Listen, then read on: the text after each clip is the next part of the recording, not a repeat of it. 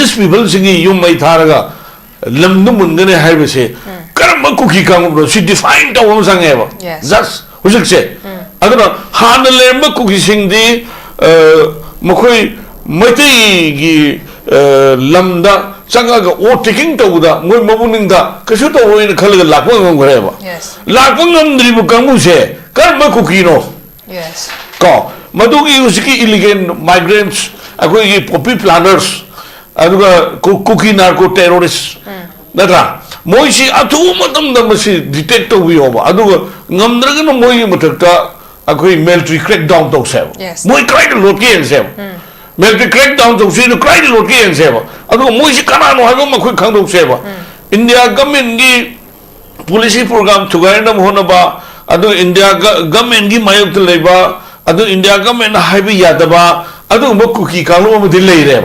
adu leini si kana no khongdo mo change central government na han khagamani madugi mathakta action lo wiro madu detect to wiro deport to wiro adu go sik leiba mamang ni dagi akhoi lemina ba cookie sinau sindo moina lan khibler su khoina lan khibler su wari watai sanar ga nungsinar ga tamna khoi si sang thok sang sin hai di yadui ne ba honorable cm khantara shanti porphang ngamni habidudi aidi thaje de ba akhoi leiba political party mayam cso mayam ko aduga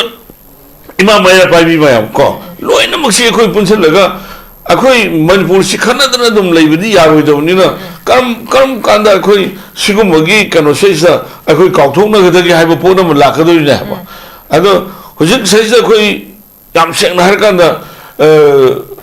karino akhoi gi Manipur da lebe indigenous people nena lady she masi Meitei da kana guma community me tawga su mayam changna masi phate hai matam oire ba adagi akhoi adu ta indigenous people lamada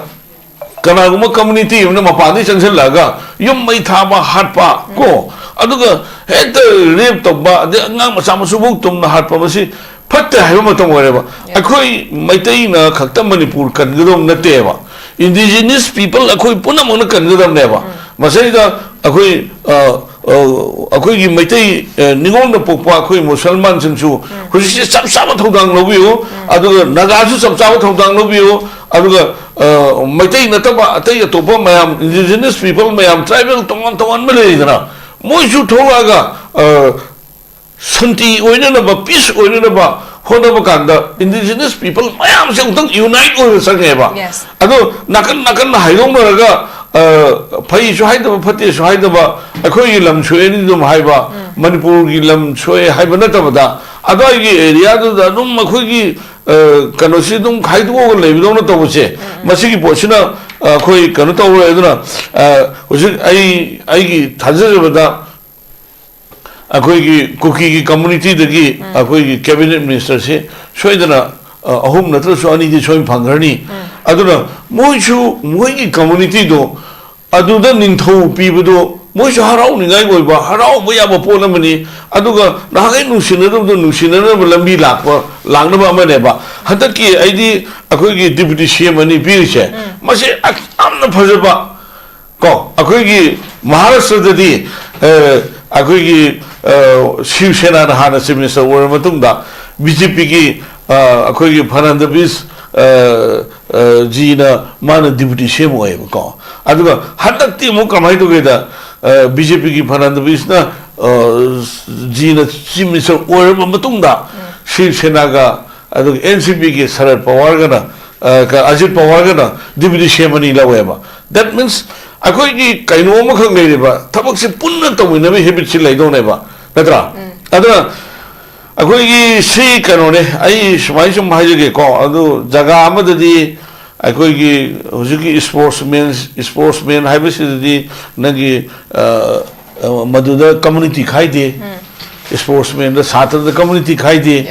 adu hostal da community gi boham leite ko adu hadak thoi ba khoi gi sigi poche yam laibak thibani aduna Chochanpur gumba adagi Mori gumba adaga Mori si hana ina sum khangjabada akhoi gi town committee le municipal corporation ko adu si adu hill autonomous district council on gre si khoi gi khara adagi Kangpu pi gi witiki le basi ꯑꯩꯈꯣꯏ ꯎꯔꯤꯄꯣꯛ ꯐꯥꯎꯗ ꯀꯥꯡꯕꯨꯄꯤ ꯆꯪꯁꯤꯜꯂꯛꯑꯦ ꯁꯤꯒꯤ ꯑꯩꯈꯣꯏꯒꯤ ꯌꯥꯝꯅ ꯐꯖꯗꯕ ꯆꯤꯍꯩ ꯅꯥꯏꯕ ꯑꯦꯗꯃꯤꯅꯤꯁꯇ꯭ꯔꯦꯁꯟꯁꯦ ꯃꯁꯤ ꯀꯣꯡꯒ꯭ꯔꯦꯁꯅ ꯈꯔ ꯇꯧꯔꯝꯕꯗꯒꯤ ꯁꯂꯥꯛ ꯁꯥꯔꯤꯅꯦꯕ ꯃꯁꯤꯒꯤ ꯁꯂꯥꯛ ꯁꯥꯕꯁꯤ ꯇꯥꯁꯟꯅꯅꯕ ꯈꯣꯝꯖꯟꯅꯅꯕ ꯍꯣꯠꯅꯕꯗ ꯉꯁꯤꯗꯤ ꯄ꯭ꯔꯖꯥ ꯃꯤꯌꯥꯝꯁꯦ ꯑꯁꯨꯛꯀꯤ ꯃꯇꯤꯛ ꯋꯥꯔꯦꯕ ꯑꯁꯨꯛꯀꯤ ꯃꯇꯤꯛ ꯋꯥꯔꯦ ꯑꯗꯣ ꯃꯣꯏ ꯑꯗꯨꯝ ꯆꯩꯕꯁꯨ ꯂꯦꯞꯇꯦ ꯉꯥꯡꯕꯁꯨ ꯂꯦꯞꯇꯦ ꯄꯥꯔꯂꯥꯃꯦꯟꯗ ꯀꯩꯒꯨꯝꯕ ꯑꯃꯒꯤ ꯁꯨꯝ ꯑꯩꯈꯣꯏꯒꯤ ꯏꯁꯨ ꯑꯃꯗ ꯂꯥꯎꯅꯔꯝꯒꯅꯤ ꯈꯟꯅꯔꯁꯦ ꯍꯥꯏꯔ ꯀꯥꯟꯗ ꯂꯣꯏꯅ ꯋꯥꯛ ꯑꯥꯎꯠ ꯇꯧꯒꯅꯤ ꯌꯥꯝꯅ ꯑꯩꯈꯣꯏꯒꯤ ꯀꯩꯅꯣꯝꯃ ꯌꯥꯝ ꯆꯍꯤꯡ ꯅꯥꯏꯕ ꯄꯣꯂꯤꯇꯤꯛꯁ ꯇꯧꯋꯦꯕ ꯌꯥꯝꯅ ꯄꯋꯥꯔꯗ ꯏꯒꯔ ꯑꯣꯏꯕ ꯍꯥꯏꯇꯥꯔꯦ ꯍꯟꯗꯛꯁꯨ ꯒꯣꯔꯃꯦꯟꯁꯦ ꯁꯨꯡꯁꯦꯝ ꯁꯦꯝꯃꯣꯏ ꯁꯨꯡꯁꯦꯝ ꯁꯦꯝꯃꯣꯏ ꯑꯩꯒ ꯃꯁꯤꯗ ꯂꯥꯎꯅꯕ ꯃꯍꯥꯅꯦꯕ ꯑꯩꯅ ꯒꯣꯔꯃꯦꯟ ꯁꯦꯝꯃꯛꯀꯅꯤ ꯍꯥꯏꯕ ꯑꯁ ꯁꯨꯡꯁꯦꯝ ꯁꯦꯝꯃꯣꯏ ꯑꯗꯒꯤꯗꯤ ꯏꯂꯦꯛꯁꯟ ꯍꯟꯁꯤ ꯑꯗꯒꯤꯗꯤ ꯑꯗꯨ ꯇꯧꯁꯤ ꯃꯁꯤ ꯃꯌꯥꯝꯁꯤ ꯍꯧꯖꯤꯛ ꯒꯣꯔꯃꯦꯟ ꯁꯦꯝꯃꯦꯗꯅ ꯑꯗꯣ ꯍꯧꯖꯤꯛ ꯑꯃꯨꯛ ꯄ꯭ꯔꯣꯐꯤꯠ ꯌꯦꯟꯊꯣꯛꯇꯕꯒꯤ ꯑꯃꯨꯛ ꯉꯥꯡꯕ ꯍꯧꯔꯦꯕ ꯑꯗꯣ ꯋꯤꯊꯤꯟ ꯁꯤꯒꯤ ꯑꯩꯈꯣꯏꯒꯤ ꯁꯤꯒꯤ ꯊꯥꯁꯤꯒꯤ ꯆꯌꯣꯜ ꯊꯥꯔ ꯋꯤꯛꯁꯦ ꯁꯤꯒꯤ ꯃꯅꯨꯡꯗ ꯂꯣꯏꯅ ꯑꯩꯈꯣꯏ ꯃꯁꯤ ꯁꯦꯟꯇ꯭ꯔꯦꯜ ꯁ꯭ꯇꯦꯠ ꯒꯣꯔꯃꯦꯟꯒꯤ ꯍꯧꯖꯤꯛꯀꯤ ꯂꯩꯔꯤꯕ ꯀꯩꯅꯣꯁꯤꯗ ꯑꯊꯨꯕ ꯃꯇꯝꯗ ꯄꯤꯁ ꯄꯣꯔꯛꯅꯅꯕꯒꯤꯗꯃꯛꯇ ꯁꯣꯏꯗꯅ ꯀꯩꯅꯣ ꯑꯩꯈꯣꯏ ꯑꯦꯂꯣꯀꯦꯁꯟꯁꯤ ꯇꯧꯔꯅꯤ ꯑꯦꯛꯁꯄꯥꯟꯁꯟ ꯇꯧꯔꯅꯤ ꯑꯗꯨꯒ ꯑꯩꯈꯣꯏ ꯃꯤꯌꯥꯝ ꯄꯥꯡꯁꯤꯜꯂꯒ ꯑꯃꯨꯛꯇꯪ ꯁꯥꯟꯇꯤ ꯑꯣꯏꯅ ꯃꯅꯤꯄꯨꯔꯁꯦ ꯏꯪꯅ ꯆꯤꯛꯅ ꯄꯤꯁ ꯑꯣꯏꯅ ꯇꯔꯅꯤꯡ ꯄꯣꯏꯟꯠ ꯑꯃ ꯍꯟꯗꯛꯁꯤꯗꯩ ꯂꯧꯕꯁꯤꯗ ꯂꯩꯔꯤꯕ ꯑꯅꯧꯕ ꯁꯔꯀꯥꯔꯁꯤꯗ ꯄꯣꯂꯤꯇꯤꯀꯦꯜ ꯄꯥꯔꯇꯤ ꯃꯌꯥꯝꯁꯨ ꯏꯃꯥ ꯃꯩꯔꯥ ꯄꯥꯏꯕꯤ ꯃꯌꯥꯝꯁꯨ ꯑꯗꯨꯒ ꯂꯩꯔꯤꯕ ꯑꯩꯈꯣꯏ CSO ꯃꯌꯥꯝꯁꯨ ꯃꯅꯤꯄꯨꯔ ꯀꯟꯕ ꯍꯥꯏꯕꯁꯦ ꯑꯩꯈꯣꯏ ꯄꯨꯝꯅꯃꯛꯀꯤ ꯆꯞ ꯃꯥꯟꯅꯕ ꯇꯥꯔꯒꯦꯠꯅꯦꯕ ꯑꯩꯈꯣꯏ ꯄꯨꯝꯅꯃꯛꯀꯤ ꯆꯞ ꯃꯥꯟꯅꯕ ꯇꯥꯔꯒꯦꯠꯅꯦ ꯃꯅꯤꯄꯨꯔ ꯀꯟꯁꯦ ꯍꯥꯏꯕꯅꯦꯕ ꯑꯗꯣ ꯃꯅꯤꯄꯨꯔ ꯀꯟꯁꯦꯅ ꯍꯥꯏꯔꯤꯕ ꯑꯣꯅꯔꯦꯕꯜ CM ꯈꯦꯝꯆꯥꯟꯒꯤ ꯑꯩꯈꯣꯏꯅ ꯀooperation ꯄꯤꯔꯒ ꯑꯃꯨꯛꯇꯪ ꯁꯥꯟꯇꯤ ꯂꯥꯛꯄ ꯌꯥꯕ꯭ꯔꯥ ꯍꯥꯏꯗꯣ ꯍꯥꯏꯕ ꯇꯥꯔꯦ ꯑꯩ ꯃꯊꯪꯁꯦ ꯄꯥꯕꯨꯡ ꯇꯣꯝꯕꯤꯗ ꯂꯥꯛꯆꯒꯦ ꯄꯥꯕꯨꯡ ꯑꯩꯈꯣꯏꯒꯤ ꯍꯧꯖꯤꯛ ꯃꯤꯇꯩ ꯇꯥꯕ ꯃꯐꯝꯁꯤꯡꯗꯗꯤ ꯉꯁꯥꯏ ꯄꯥꯕꯨꯡ ꯃꯅꯤꯅꯁꯨ ꯑꯗꯨꯝ ꯍꯥꯏꯕꯤꯕ ꯍꯥꯏꯕ ꯇꯥꯔꯦ ꯑꯩꯈꯣꯏꯒꯤ ꯑꯇꯣꯞꯄ ꯀꯝꯃ꯭ꯌꯨꯅꯤꯇꯤꯁꯤꯡꯒꯤ ꯃꯔꯨꯑꯣꯏꯅ ꯑꯩꯈꯣꯏꯒꯤ ꯀꯣꯟꯐ꯭ꯂꯤꯛ ꯊꯣꯛꯑ ꯂꯩꯔꯤꯕ ꯑꯩꯈꯣꯏ ꯀꯨꯀꯤ ꯀꯝꯃ꯭ꯌꯨꯅꯤꯇꯤꯁꯤꯡꯒꯤ ꯂꯥꯛꯄ ꯃꯇꯝꯗ ꯑꯩꯈꯣꯏ ꯀꯔꯤꯒꯨꯝꯕ ꯑꯌꯦꯠ ꯑꯄꯟ ꯑꯃꯠꯇ ꯄꯤꯗꯦ ꯍꯥꯏꯕꯗꯤ ꯇꯣꯉꯥꯟꯕ ꯑꯗꯨꯝ ꯐꯣꯡꯗꯣꯛꯑꯒꯁꯨ ꯂꯥꯛꯑꯕ ꯄꯣꯠ ꯑꯃꯈꯛꯅꯤ ꯑꯩꯈꯣꯏꯒꯤ ꯃꯁꯤꯒꯤ ꯃꯇꯥꯡꯗ ꯕꯠ ꯑꯗꯨꯕꯨ ꯍꯧꯖꯤꯛ ꯂꯩꯔꯤꯕꯁꯦ ꯃꯔꯨꯑꯣꯏꯅ ꯑꯩꯈꯣꯏꯒꯤ ꯀꯣꯟꯐ꯭ꯂꯤꯛ ꯊꯣꯛꯂꯛꯈꯤꯕꯁꯤꯒꯤ ꯏꯄꯤꯁꯦꯟꯇꯔ ꯑꯃ ꯑꯣꯏꯈꯤꯕ ꯆꯨꯔꯆꯥꯟꯄꯨꯔ ꯑꯃꯗꯤ ꯃꯣꯔꯦ ꯍꯥꯏꯔꯤꯕ ꯃꯐꯝ ꯑꯅꯤꯁꯤ ꯅꯠꯇꯕꯤꯗ ꯑꯇꯣꯞꯄ ꯃꯐꯝꯁꯤꯡ ꯍꯥꯏꯕ ꯇꯥꯔꯦ ꯃꯁꯤꯗ ꯖꯣꯃꯤ ꯇꯥꯕ ꯃꯐꯝꯁꯤꯡꯗꯗꯤ ꯃꯩꯇꯩꯁꯤꯡ ꯆꯪꯕꯗ ꯑꯀꯥꯏꯕ ꯂꯩꯇ꯭ꯔꯦ ꯍꯥꯏꯕꯅꯤ ꯕꯠ ꯑꯗꯨꯕꯨ ꯌꯦꯡꯅꯤꯡꯉꯤꯕ ꯄꯣꯠꯇꯤ ꯑꯩꯈꯣꯏꯒꯤ ꯃꯌꯥꯝꯅ ꯄꯥꯝꯃꯤꯕ ꯄꯣꯠꯇꯤ ꯃꯔꯨꯑꯣꯏꯅ ꯆꯨꯔꯆꯥꯟꯄꯨꯔ ꯑꯃꯗꯤ ꯃꯣꯔꯦꯗ ꯆꯪꯕꯁꯤ ꯌꯥꯔꯕ ꯃꯇꯝꯗ ꯐ꯭ꯔꯤ ꯑꯣꯏꯅ ꯁꯦꯐ ꯑꯣꯏꯅ ꯆꯪꯕꯁꯤ ꯌꯥꯔꯕ ꯃꯇꯝꯗꯗꯤ ꯑꯩꯈꯣꯏꯒꯤ ꯂꯩꯔꯤꯕ ꯀꯣꯟꯐ꯭ꯂꯤꯛ ꯍꯥꯏꯕ ꯇꯥꯔꯦ ꯑꯗꯨꯒ ꯇ꯭ꯔꯁ ꯗꯤꯐꯤꯁꯤꯠ ꯂꯩꯔꯤꯕꯁꯦ ꯃꯁꯤ ꯄꯨꯝꯅꯃꯛ ꯑꯩꯈꯣꯏꯒꯤ ꯂꯩꯇ꯭ꯔꯦ ꯍꯥꯏꯅ ꯈꯟꯕ ꯌꯥꯒꯗꯧꯔꯤꯕꯅꯤ ꯄꯥꯕꯨꯡ ꯀꯃꯥꯏꯅ ꯊꯝꯃꯤꯅꯤ ꯌꯦꯡꯕꯤꯔꯨ ꯄꯨꯝꯅꯃꯛꯄꯨ Shiv Sena amadi isai phagiri kai khanuju uchare lorana panelists yelom amdi oirom de lebiriba oza khoi mani aduga ai gi maru khoi hana gi CPI gi secretary obirba khoi ai ne kai khanuju uchare bema jik chahi ohumga khoi chahi ohum kano se mapung mari parka dore aduga amana hujik leiba train si government sembana numitaga mangani phare adu government sembada yauriba akhoi gi manipur da hujik leiba community khar singi manungda akhoi ga hujik khoi sangjin yadriba kuki gi community gi mi yaure aduga nagagi mi yaure loinana deputy CM ani aduga koi home minister adu leiba koi hojik sida lemahuri ba cabinet koi gi tari lemahuri manga khanra ko masi laiba thas hojik chaliba thas ki ahum suba sayol bhogi manungda di masi gi soidana expansion tawraga hojik miyam gi pami ba thok sing se lakadoriba cabinet minister sing duna soidana athuk matamda akoi torokane haibagi achet ba thajaba lei soidana handaki tharu sibogi manungda di cabinet expansion torba yabagi chances suwangna lei adu masi koi hojik honorables akoi CM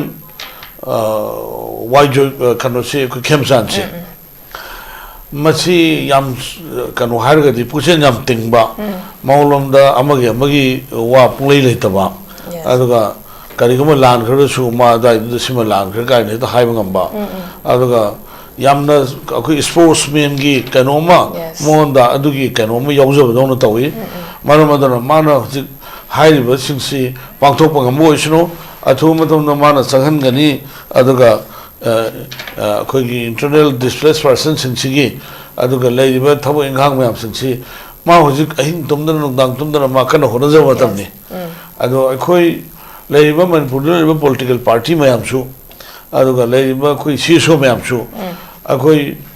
sum khana dana leiba si yadabani na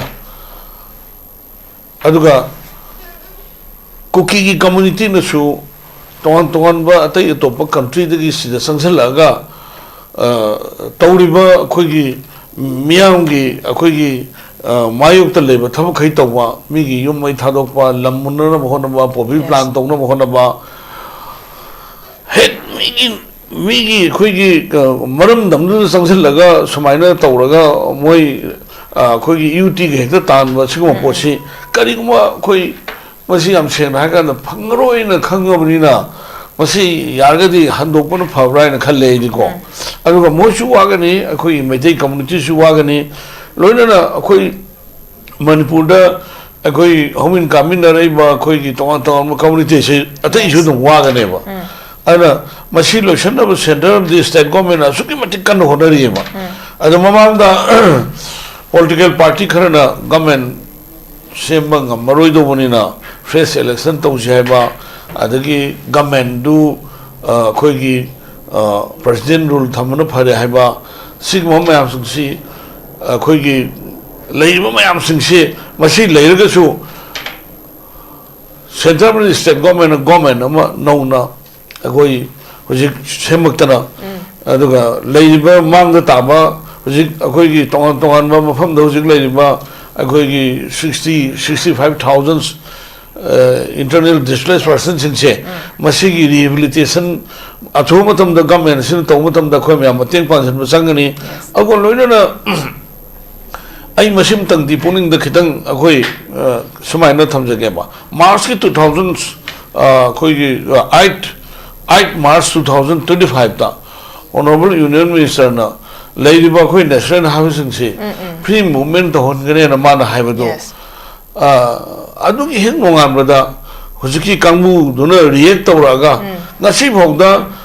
thingi haiba official oina later su satpa mi de hingnam da halaktri ba sakhi ba mi da hingna halaktri aduga athing mosul leite aduga sakhi mi de hingna lakhi de ba aduna hojik masigi akhoi gi trust deficit che thajana da ba che masi adudai wangkhat khi bane ba aduna hojik akhoi sheng na ka da akhoi ne hingi besidi hojik atai topa state tagi akhoi manipur sina khwai da putang ma state ne ba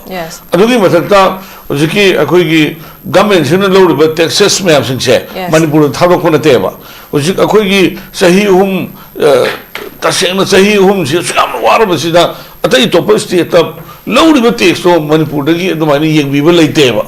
just ngasi ho da ko aduna akhoi gi alliance urgasu aina sumaina propose on the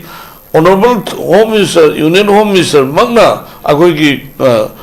national highway the free movement to hon gane harga khusik process da akhoi gi luning ani khang da bai tare ne sab sabama adugi porsi leita busina paisa kari da lejedragasu anaba laing mu chappa buoro adagidi nagi laik tam chappa buoro akhoi chi gauti tana akhoi gi aeroplane ticket sida khoina aeroplane ticket ka sana na honam sida Delhi gi flight ki rate che Guwahati da lai re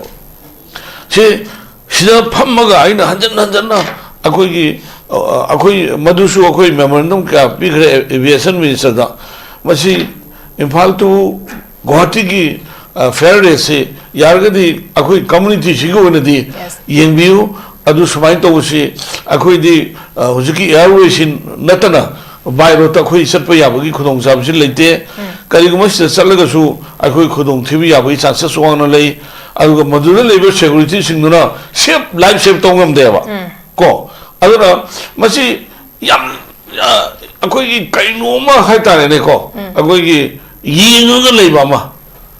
natra yenga leiba dong ma tawriba si masi muti akhoi tawning deba aduga Center na mo sige issue solution bigyan na hargadi ay di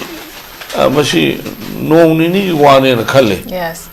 sayida thoidona yam kan kaino na teba aduga nakan na magi oiba mi ngamada yenga government sembire na harga aduga center na hojik lowriba khoi kaino si aina yam nongai tabsi ojabi moldu na han sangmu yadira ko thingeba buffer zone isangaro ina thingeba natra ado hojik buffer zone si Khemchand na sangmangam gaduribra yes MP bimol di sanghan gidre ado bimol di sanghan gidre aduga Khemchand di sangmangam gaduribra heba si wahangam neba ado mogi hojiki sangmo yani yaroina tawriba saisda kanglup khara thoe ado I thoi buduna mogi maraktasu akhoi hojik leiba unite oidreba marandi moisu jivani na sumaran khangi boneba mira laibudu mogi awana pa awana yengi laibaneba aduga kamdong no nungsinagadi habagi adugi mechanism adu puthoga khanane na mogi laineba adu mafam dugi mira rataba adugi central process no changhandreba adudi wari chadragadi kamai nungsinaba lakani sidi political talk to nagadoneba amaga wari sanadana kamai nungsinaba lakadoinaba adu wari sanan bagi tanjasi sangba moina sangakpra khoina sangbra ma akhoi di nahan o taking to bo February ki tangmari duda moi maga o taking to duda Kuki gi sinau sing lai dudi moi se o taking to yor dudi akhoi di Meitei di sangmu yare haibane ba akhoi di adugum ba yenthina bu leite yenthina bu orga su matangi matangi nungsina bu amu lakko bu madu hore na khallaga moi lakdu khoi governor sida sipai me amna udu no mioi la mo tangsan oda mioi la ba thomjan the governor ke udu no central forces state forces ke udu no amni da adu gi poto akhoi santi pamdu na mara morkanda akhoi gi puning semo poto utla ne ba adu moi adu khangmi bam thoe ba adu akhoi ai simasu panjage ba adu ga any akhoi Shiv Sena ngang sakhi Lanbor so puna ngaku yo aduga akoi gi Myanmar de gi Bangladesh sangjalakpa Kuki refugee migrants kambu au popi tharga madu drug sunga yola khulai lega akoi gi mi hat kani aduga akoi gi yom mai thane habidi never Shiv Sena di compromise to roi okay akoi di compromise so dong to roi adugi kamlup to akoi di compromise to roi kam compromise to adugi haib kanda madu do Manipur se thugairo haidra haibido moi MLA suwa sei moi suwa sei ama suwa sei aduga phangri boba akhoi gi hujiki buffer zone thamgani adugi nagi kano thamgani nagi akhoi gi national highway gi sangmu yaro Meitei de sangmu yaro na haise ITLM da electronics and print media gi khudang na mayam loina hanga le wa mane ba okay adu hojik akhoi gi honorable CM Khemchand se ma yamna akhoi gi kaino leiba tasena akhoi gi linda leiba mine na lawe mama du suma jiri line da ko adugo mafam ma akhoi litanum su ma satna miyam ya wana hangiba mayam leikre ma gi tawriba ma na tawjariba thamu singsida akhoi Kuki sinau sing su min sigiloina da wasigi poche cooperation PV naba aduga secondly akhoi gi leiba hujik leiba political party mayam so adu as a alliance akhoi di full cooperation santi lagno one of the full cooperation akhoi magedi gi akhoi mateng pangani hone gani tawdabo akhoi gi leiba akhoi gi train sida central processing jo matam se saida nungsinabi lambi ma khra turning point am labrina moisu nakan na da khoi kano to bose masi topi hoina ai khoi Shiv Sena magi digi sim ahan magi round sai ai appeal tawjari babu yam san thambi krai khoi gi babuna thambi ki pot ta khoi gi national highway sing ha betare masi khoi thing ha gi official web letter mak later ga so khoi gi masi bu lansing gi ba betare khoi gi buffer zone na lari ba lan mafam se khoi lansing gi taraga de khoi miyoi sing se hingna khoi gi halak to gi pot ama khak lak pa masi dani khoi na kadai da hariba trust deficit laibasi masi handore normal sida kitang lai habi ki pose khoina kadai fa thasaba ya ge habi pochi ne julai base e pamung sonte pamung tombi dalak chege pamung khoi gi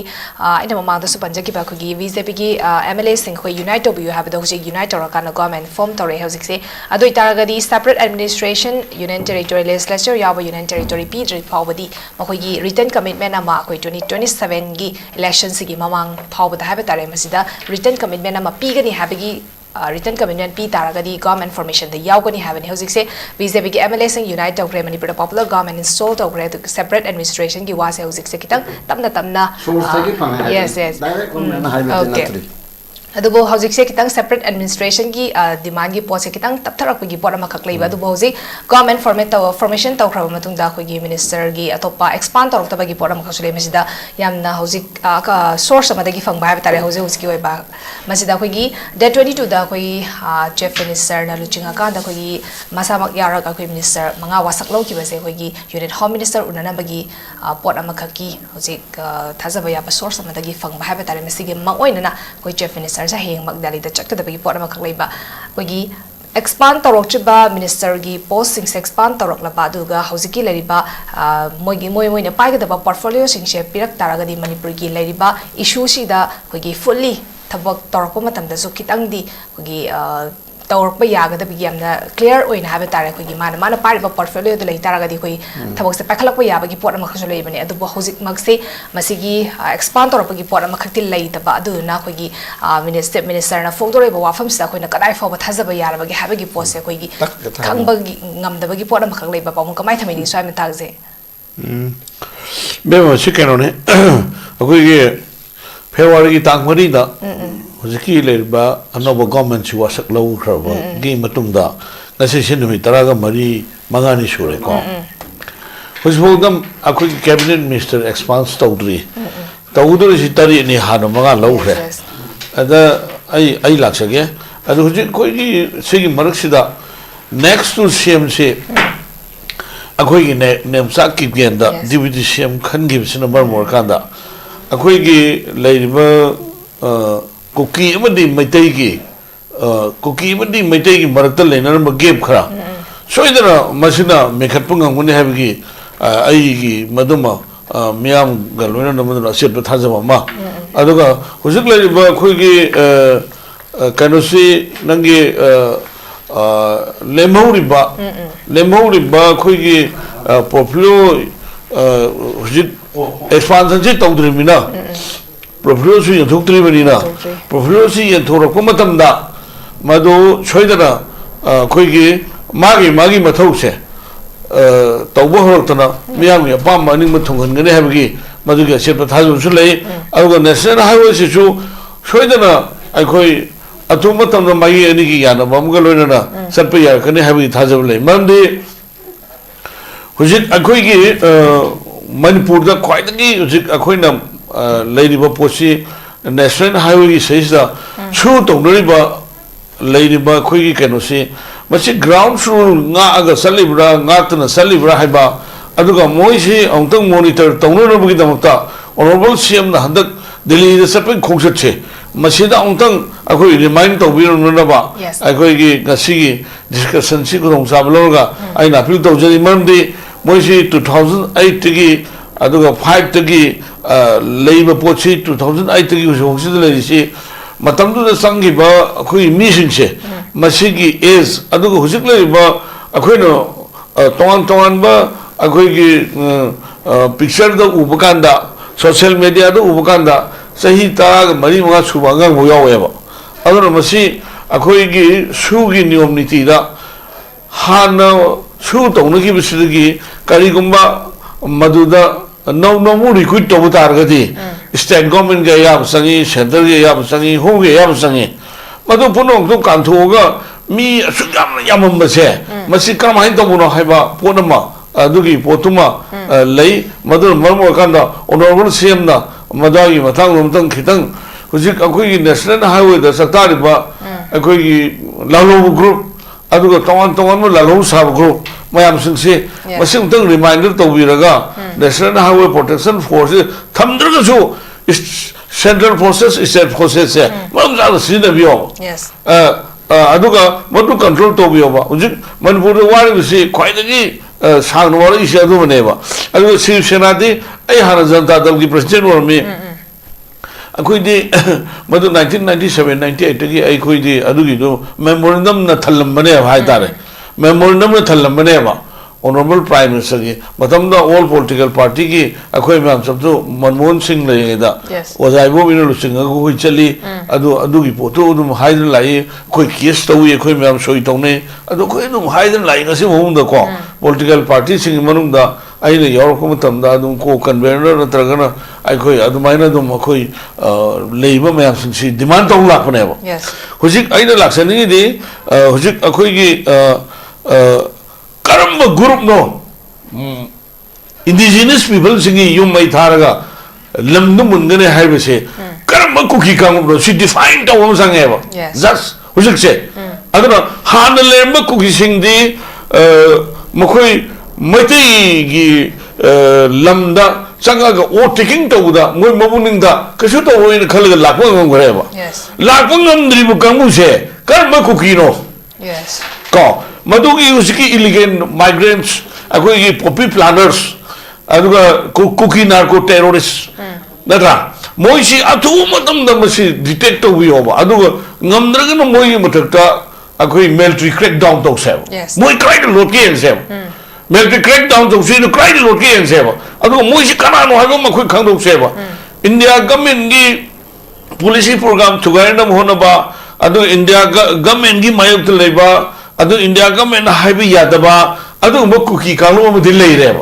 adu lei ni sikara khong do mo change central government na han khagamani madu ki mathakta action lo biro madu detect to biro deport to biro adu ko sik lei ba mamang ni dagi akhoi lemina ba cookie sinau sindo moina lan khibler su khoi na lan khibler su wari watai sanar ga nungsinar ga tamna khoi si sang thok sang sin hai di yadui ne ba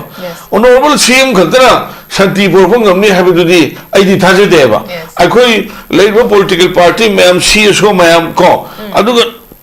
Imam Maya Pabi, ma'am, call. Loina Maxiko Punsaga, I call Manipur Sikanadum Labidi, Yavidonina, come, Kanda, Koi, Sigumagi, Kanosesa, I call Kautona, the Hypoponum, Lakaduna. I know, Hujik says the Koi Yam Shang Harkanda, Karino, Akoji. Manipur the indigenous people near a lady share. Masi Meitei the Karaguma community Taurusu, Mayam Sangana Masi Patir, Haimatam wherever. I think Akoi Adu indigenous people Lamada Karaguma community, Mapadi and Laga, you may taba hatpa go. Aduga had the rape of the Samasubuk the Hatpamasi, Pata Haimatam wherever. Akoi Meitei na Kakta Manipur Kangadum Nateva. Indigenous people akoi puna mona kangadam neba masai akoi akoi gi Meitei ningong na pokpa akoi Musalman singsu husi sab thodang lobiyo aduga naga su sab thodang lobiyo aduga Meitei nataba atai atopa mayam indigenous people mayam tribal tongan male dana moi su thoga santi oina na ba peace oina na ba honaba kanda indigenous people mayam se utang unite o sangeba ado nakan na haidong raga phai su haidaba phate su haidaba akoi lam chue ni dum haiba Manipur gi lam chue haiba na tabada ado gi area do da dum akoi gi kanosi dum khaidu go lebidong na tobose masigi pochina akoi kanu to eduna hoji ai gi thajabada akoi Kuki community dagi akoi cabinet minister se soidana ahum natra so ani di soim phangarni aduna moi community do aduda ningthau pibudo moi harau ningai goiba harau boya ba polamani aduga nagai nusinara lambi lakpa langnaba amane ba hadaki aidi akoi gi deputy CM ani pirse mase amna phajaba ko akoi gi Maharashtra dadi akoi gi Shiv Sena Hana Minister were Matunda, BJP ki akoi Fernandez Gina Mana Deputy Shemo ko. Aduga Hadakti Mukamai together BJP ki Fernandez na Gina Minister were Matunda, Shiv Sena ga Adug NCP ki Sarad Pawargana Ajit Pawar gana deputy chairman laweba. That means akoi ki kaino ma khang nei ba thabak se punna tawina me habit si lai do ne ba natra adra akoi ki si kano ne ai smai sum hai ge ko adu jaga amadadi akoi ki hujuki sportsman hai ba si di nagi maduda community khai de sportsman da satra da community khai de adu hostel da community ki boham leite ko adu hadak thoi ba khoi ki sigi poche yam laibak thibani aduna Chuchanpur gumba adagi Mori gumba adaga Mori si hana ina sum khangzabada akhoi ki town committee le municipal corporation ko adu si adu hill autonomous district council on gre si khoi ki khara adagi Kangpu pi ki hujiki le basi akhoi Uribok phok da Kangpu pi changsel le si khoi ki yamna phajaba chi haina ba administration che masi congress na khara tawram badagi salak sari neba masi ki salak sabisi tasan na mo khomjan na mo honna bada ngasi di parja miam se asugmati kware ba asugmati kware adu moi adum sei musulipti ngang musulipti a parliament da kai gumgi sum akui isum dum launor moni khanar se har kana loina walk out tawuni yamna khoi ki kaino ma yam sar sahing nai ba politics taweba yamna power da igar oi ba haitare hadak su government se chung sem aiga masai da launor ma ne ba aida government sem kani sem mo adagi election hanji adagi ha du du sim yam ju government sem edra ado jumo profilo ye thuk da bugi muga ba hore ado within sigi akoi sigi tha sigi seul third week se sibo da loina akoi masi central state government ni hujiki leba kano se da athuma tam peace por na bigi da makta so iduna kan akoi allocation se tawrani expansion tawrani adu akoi miam pangsel laga amtang santi oina Manipur se ingna chingna peace oina turning point ma hadak sidai lo sida leiba no sarkar sida political party mayam su ima mera pai mayam su adu leiba khoi CSO mayam su Manipur kan ba hai se akoi punam ki samana target ne ba okay akoi punam ki samana target ne Manipur kan jai ne ba adu Manipur kan se na hai ba honorable Shem Khemchand gi akoi na corporation piraga amtang santi rakpo yabra hido koi punna yemna si okay Manipur ki damakta Manipur ki praja sing ki damakta koi normal sida fully hanjalak na bagi damakta integrity ka dana bagi damakta collective effort ama khakti darkar oya ba fam duni masida koi sarkar khakna tabida koi praja section kya gi so koi apun bagi oi ba unite tawagi pora makhakti changa abadane elo shilapa conclusion point se babung habiyo kanone be ma ro da ai swa hajege hujik akoi gi census ki matang se Manipur gi miam na pami ba amadi political party miam na pami ba ado leiba akoi gi Manipur gi miam gi demand se